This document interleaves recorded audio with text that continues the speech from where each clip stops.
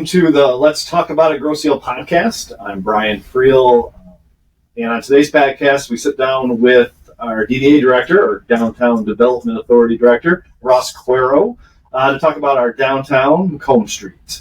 Welcome, Ross. Thanks for joining me. Thank you very much. I'm excited to be here, Mr. Friel. Thanks for coming. So let's start off with a little background. How long have you been with Grosse Ile Township as a DDA director, and what drew you to the island?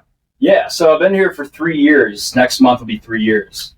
And I think what brought me to the island was that, well, first off, I didn't even know where Grosse Ile was. What was it about? I thought it was next to Belle Isle. So I was like, wow, this is a brand new community for me to learn about and work in. And, the capacity of which I work in. So I'm community development director too. So there's 2 different jobs. I'm wearing 2 different hats. So I thought that it was a great option for me to expand my professional experiences and work in a community, in a very unique community. Absolutely. So and I figure there'll be another day where we'll get to the community development and go over kind of what that job is and what that entails completely. Yep. That'll be a different podcast, not today, but what can you tell us about the mission of the DDA and your role as the director? Yeah, so the mission of the DDA is to grow, strengthen, and expand the economic health and vitality of Macomb Street. So we do that mostly through public improvements. You could see that in 1992 when the DDA was developed. The first project was installing sidewalks and installing lights on Macomb Street. Things like the park at the Commons and things that we're doing now with Lions Park.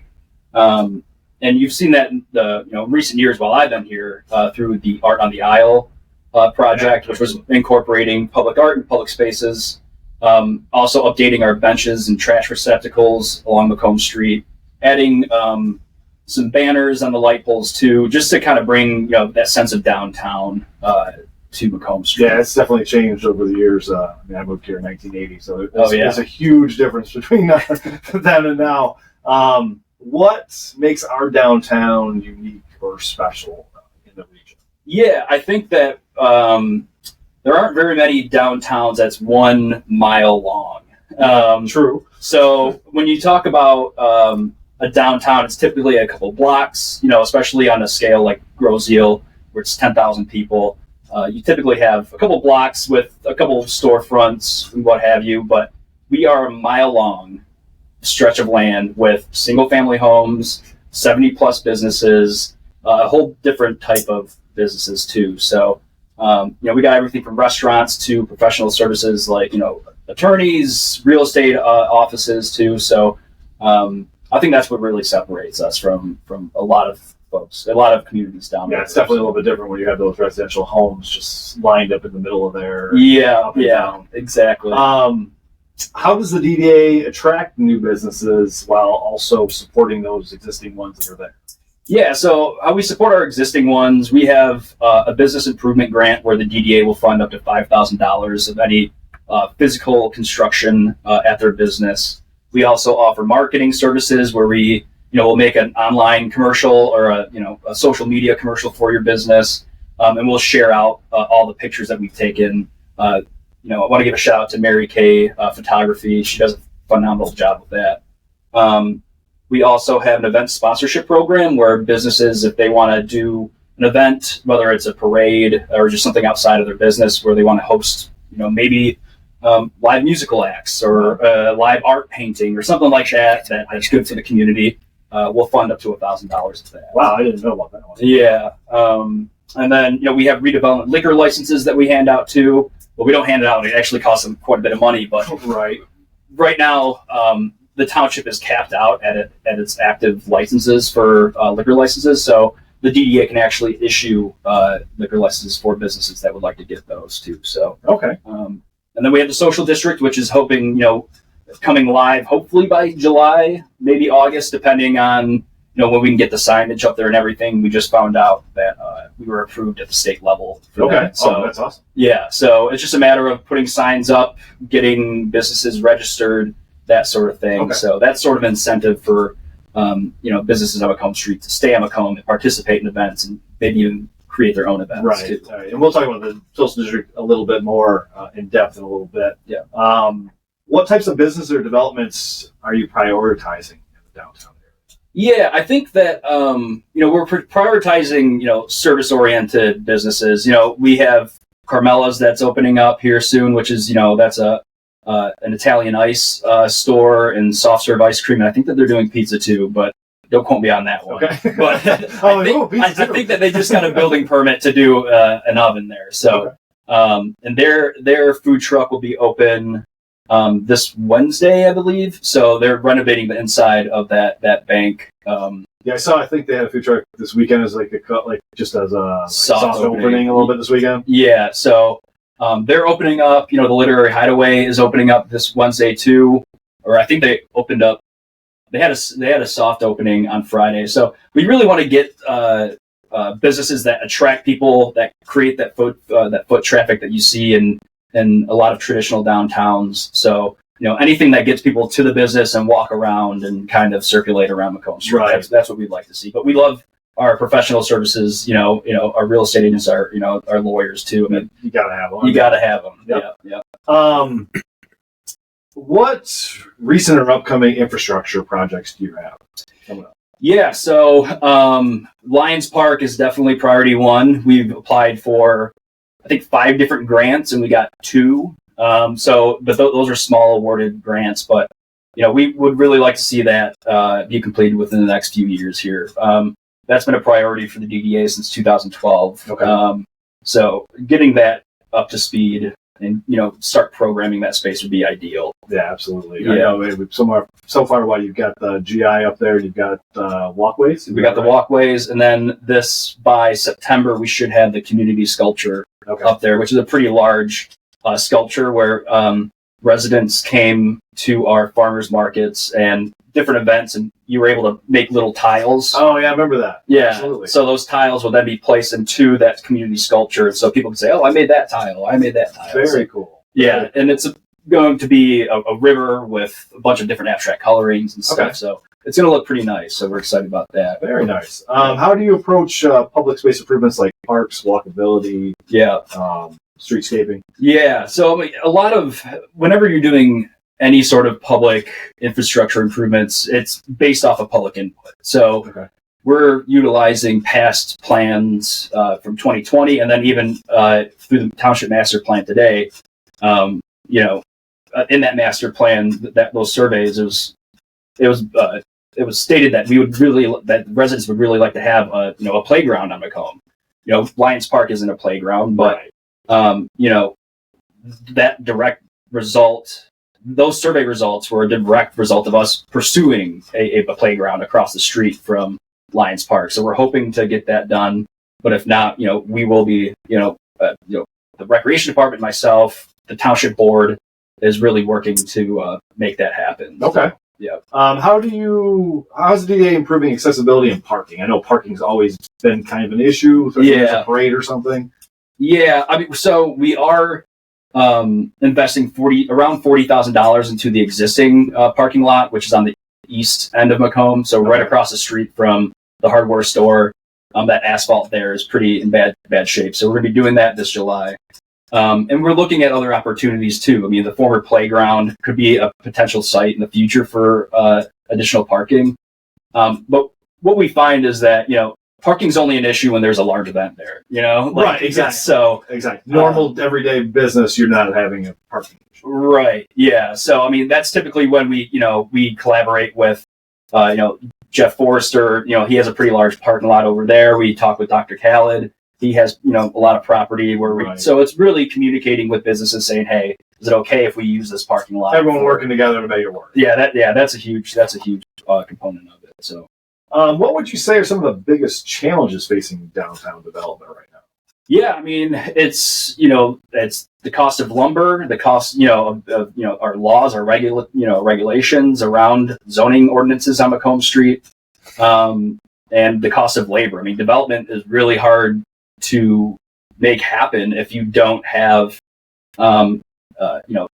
tax incentives, or if you don't have regulations that allow them to, you don't have to go to planning commission or get that special land use. We have a streamlined process.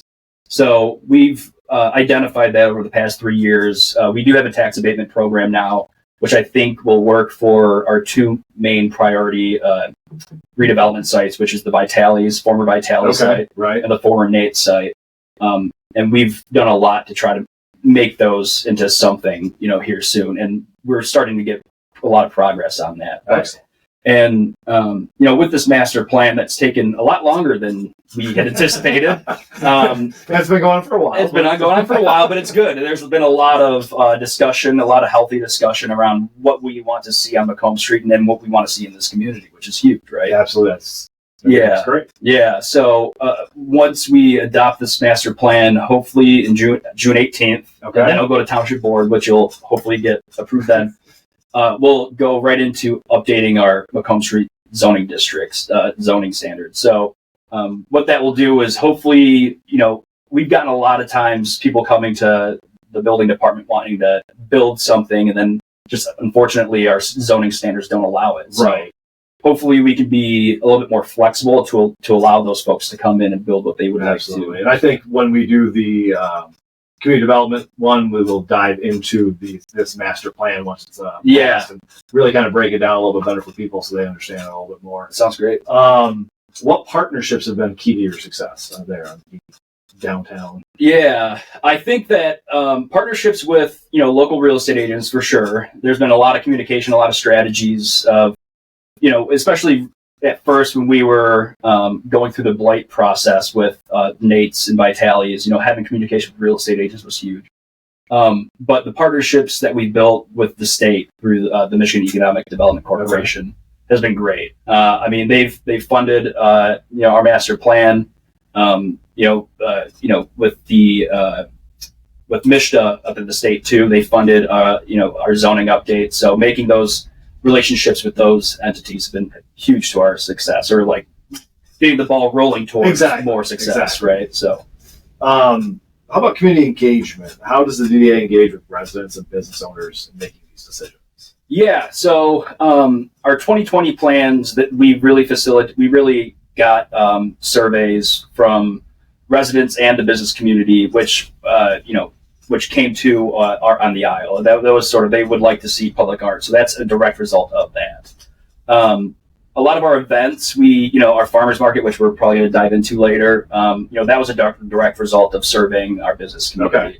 So we're always asking them what they would like to see, whether, we get 10 or 11 responses, that's fine. But that is, that's, getting public engagement, right? We get, even if it's a small amount, it still counts. Yeah, if you're going to go out there for engagement, if you get 10, 20, 30, whatever you get, that's what you got to go on. Exactly. So, the more people that participate, the more voice they have in what actually happens down there. Exactly. So, what role do events and markets and festivals play in the revitalization of the downtown? Yeah, I think it plays a huge part. People, when you look at a healthy downtown, you see people walking, you see activity, you see events. We've really tried over the years. We tried, Island Nights was something that we tried, and the weather didn't cooperate for a year or two. Yeah, that was literally every Thursday the first year, then every Friday, and it would just rain. Exactly. So that's where and our farmers market was that's the intent is it's right on Meridian, right by Macomb. So having people at the Commons for the markets is essentially like, oh, maybe I'll just turn down here and see what's going on here, because we still hear residents say, I lived here 30 years. I never ate at Perdino's. I never been to Grosse Ile Pet and Garden. So I think that we need to continue to work on events in a way that attracts people downtown. And that takes, a wide effort from, recreation department, volunteers, the DDA. So it takes a lot. And I learned that the first couple of years. Right. So that's why we're kind of taking a step back and saying, okay, what if we fund businesses or anybody from the community? It could be anybody from the community. Hey, I want to have a little parade.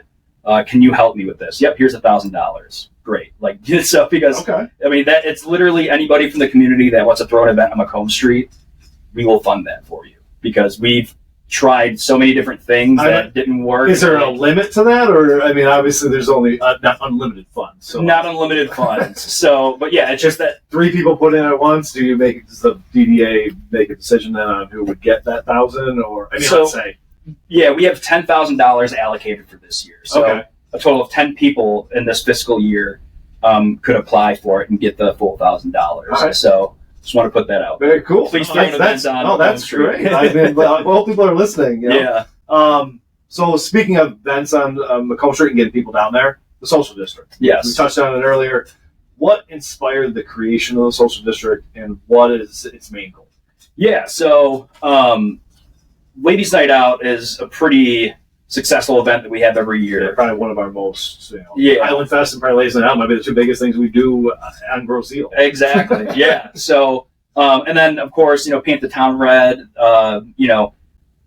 We've noticed that there is some libations being consumed, and so we wanted to get ahead of that and say, hey, let's regulate this. Let's make sure that we're supporting our local businesses while we're doing this activity, and let's do it legally, because come to find out, it is illegal. But yeah. So I've reached out to Wyandotte, Trenton, Belleville, a little town where I'm from, Almont, close to where I'm from, and talked to everyone, all the chiefs of police. I said, hey, how's it working for you? Is there any issues? And they said, no, absolutely not. It's encouraging people to throw their own events, and it's encouraging people to come to our downtown and spend, local tax dollars. Absolutely. And that's what we want. And that's exactly why we did it.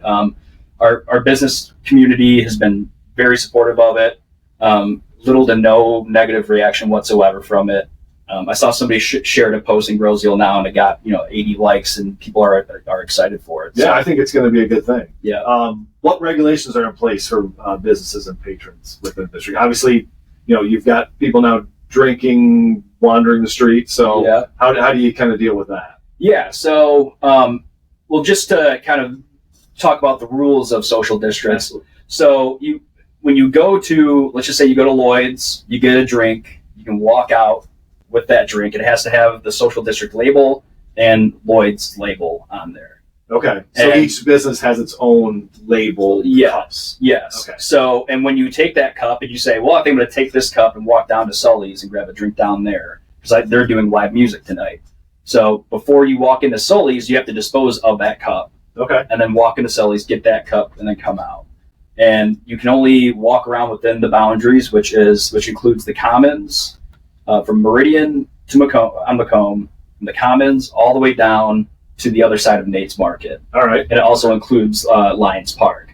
And we included the park and the Commons because we do have live music acts there. We do a lot of event programming there. So it's intended to, have people meet and congregate and maybe have a drink with one another. Absolutely. And laugh and, have a good time. So how is public safety being addressed within this social district? Yeah. So, I've talked with Chief Carmack quite a bit about this, and he didn't really have any issues with it at all.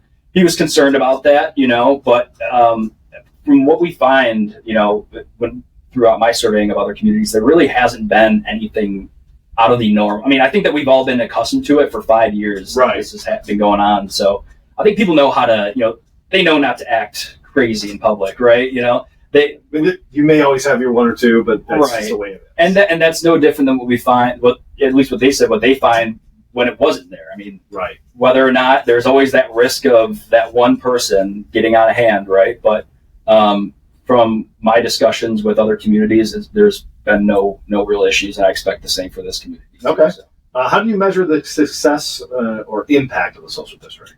Yeah, I think that, through finding out, each year businesses have to re-register. So I think that's a direct result of it. They were saying, hey, this isn't worth it for us anymore. Okay. Maybe that lets us know, hey, maybe, it's time to get rid of this, right? Right. But if they're saying, hey, I'm throwing more events, I'm having that musical act come and perform at my business. They're spending that $1,000 they can get. Yeah, if we get more people coming to the DDA asking for funds, that lets us know right there, right? So yeah, it's monitoring events, monitoring privately held events around it, and just seeing what Macomb Street looks like on a Saturday. Yeah, absolutely. Are there plans to adjust or expand the boundaries, or just basically kind of depending on what businesses are participating? Yeah, I think that really counts. We did consider expanding it to the Meridian Mall parking lot, right? But there's Kathy's, there's Ume, which Ume I believe doesn't have a liquor license. Okay. They transferred theirs out. So it depends. Like if there is a new business that comes in that says like, hey, we want to participate in this. I mean, it's a quick resolution through township board, and then we expand it. And they can do it like on the spot. It doesn't have to wait till like a following year or something. No, you can do it anytime. And in that same in that same regard, they can revoke it at any time too. Oh, okay. So if it for whatever reason Islanders are coming out to Macomb Street and causing a ruckus, that we can always revoke that of the social district. So very cool.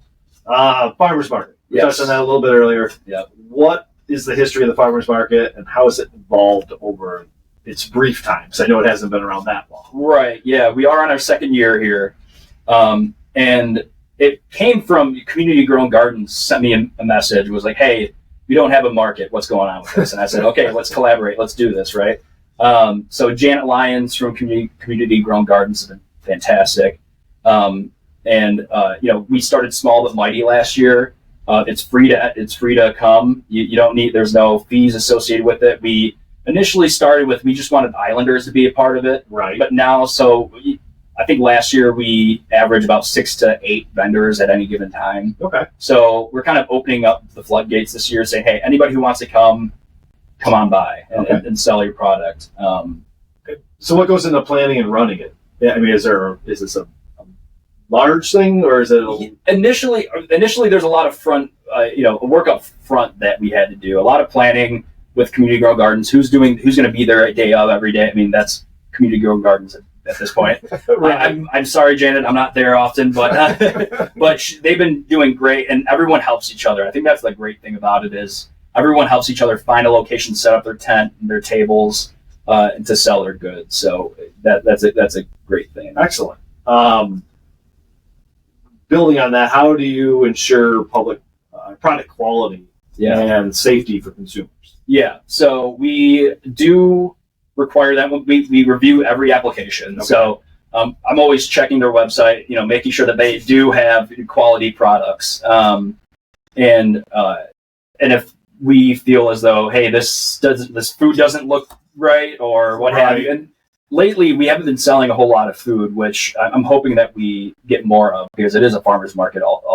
Yeah, absolutely. I mean, farmer's market. it's in the name. But at the same time, this time of year is not the best time for vegetables. I mean, it's usually more to the June, July. Right. So I get that. But we're always partnering with vendors who we know, we're like, hey, we know you through this person, so therefore we know that you sell a good product. Yeah. And, so. Have you noticed any trends in what customers are looking for or buying? Bread. They love bread. They love the bread. And unfortunately, we haven't had a bread vendor this year. So, Brittany Boober, if you ever listen to this, or Brittany Faulkner, I should say, please send in your application to us. But we're looking for more of the bake sales. We have a lot of great vendors, but getting those baked goods in would be really fantastic. So, anyone listening who bakes, yes. Right? How do you handle like bad weather, things like that? Yeah, so it's really, we leave it up to the vendors. Hey, if this is looking like a day that you don't want to be here, that's fine. You don't have to show up. Okay. Community Grown Gardens is there, rain, sleet, shine, what have you, underneath the pavilion. So Janet will not leave from 8:30 to 12:30. She will be there. So no matter what, you got one. Exactly. Yes, exactly. What's your vision for the future of the market? I mean, how expanse do you believe you could get? I guess I should say, because I know you have limited space. So. Right. I think that it would be great to have something like what Trenton has, right? Okay. Or what Wyandotte has, but then again, I mean, there's like that small town charm of what we have going on here. Absolutely. And it's when you go out there, like, hey, that's my neighbor's daughter selling lemonade or or coffee or what have you. Right. So I think that's kind of the cool thing is that it is sort of everyone kind of knows each other. Okay. But I think that eventually, we don't want to jump from 8 vendors a week to 35 vendors a week. Probably going to be difficult to do. Exactly. Talk about logistics on that one. Right. So I think that once Lions Park is completed, we'd like to move it over to Lions Park just because, the circular sidewalks that we have, it's more inviting. You can, potentially have live music there while vendors. So we're just starting ground up at this point and looking at small increment changes. I mean, you got to start somewhere. There's no doubt about it. It's only the beginning of year 2. So. Yes, exactly. So looking ahead at the DDA, what's your long-term vision for the future of downtown? Yeah, I think that creating a downtown that is walkable, a little bit more dense. Right now we have a lot of vacant land. We used to have a lot of vacant buildings, but we're starting to see a turnover in that, which is fantastic. So I think that adding that density through whether it be residential units or that traditional mixed use where you have apartments on top and retail on the bottom, something like that. Okay. Whether or not we can do that here, let's see. But I mean, I think that we should. Looking forward to changing our policies to at least allow that to happen. Yes. Because right now it is a little difficult for folks to do that, for developers to come in and do that. So I think opening up our regulations, say, hey, let's be a little bit more friendly to development, and seeing that traditional downtown is something that I would love to see. Excellent. Yeah. Do you have any exciting projects or developments on the horizon? I know there may be things you can't talk about. I understand, but you could just say there are some very good things coming. I don't know, but yeah, I mean, I think that it's no secret that Vitalia is no longer there, and something's coming. Something's coming. We aren't sure yet. We've been talking with the property owner quite a bit. And I think that once we update our zoning standards, that's when we're going to get back to the drawing board and say, hey, what makes sense for you as a developer to get your return on your investment, and what makes sense for our community? And we want to try to maximize that, that potential. Okay. So something's coming. That's what we know. Yes, exactly. And how can the community get more involved in supporting downtown? Yeah, I think come to the farmers market. Come to some of our small events. Come to the Christmas tree lighting, attend DDA meetings, or just get involved and give us a like on Facebook. Okay. That Grosse Ile DDA. Just kind of stay in the loop of what we're doing, and when you see those surveys out there, respond to those surveys. That's really what helps us, so that we know what the community wants, and what we can kind of guide any future developments in the community's needs. So that's awesome. Well, I just want to thank Ross for coming today to the podcast. And for you guys out there, just listen up. You have $1,000 you can get from the DDA to hold an event downtown. So I'm hoping to hear some things in the near future on that. Yeah. And I just want to say we'll see you next time on the podcast. Thanks, everybody. Thank you.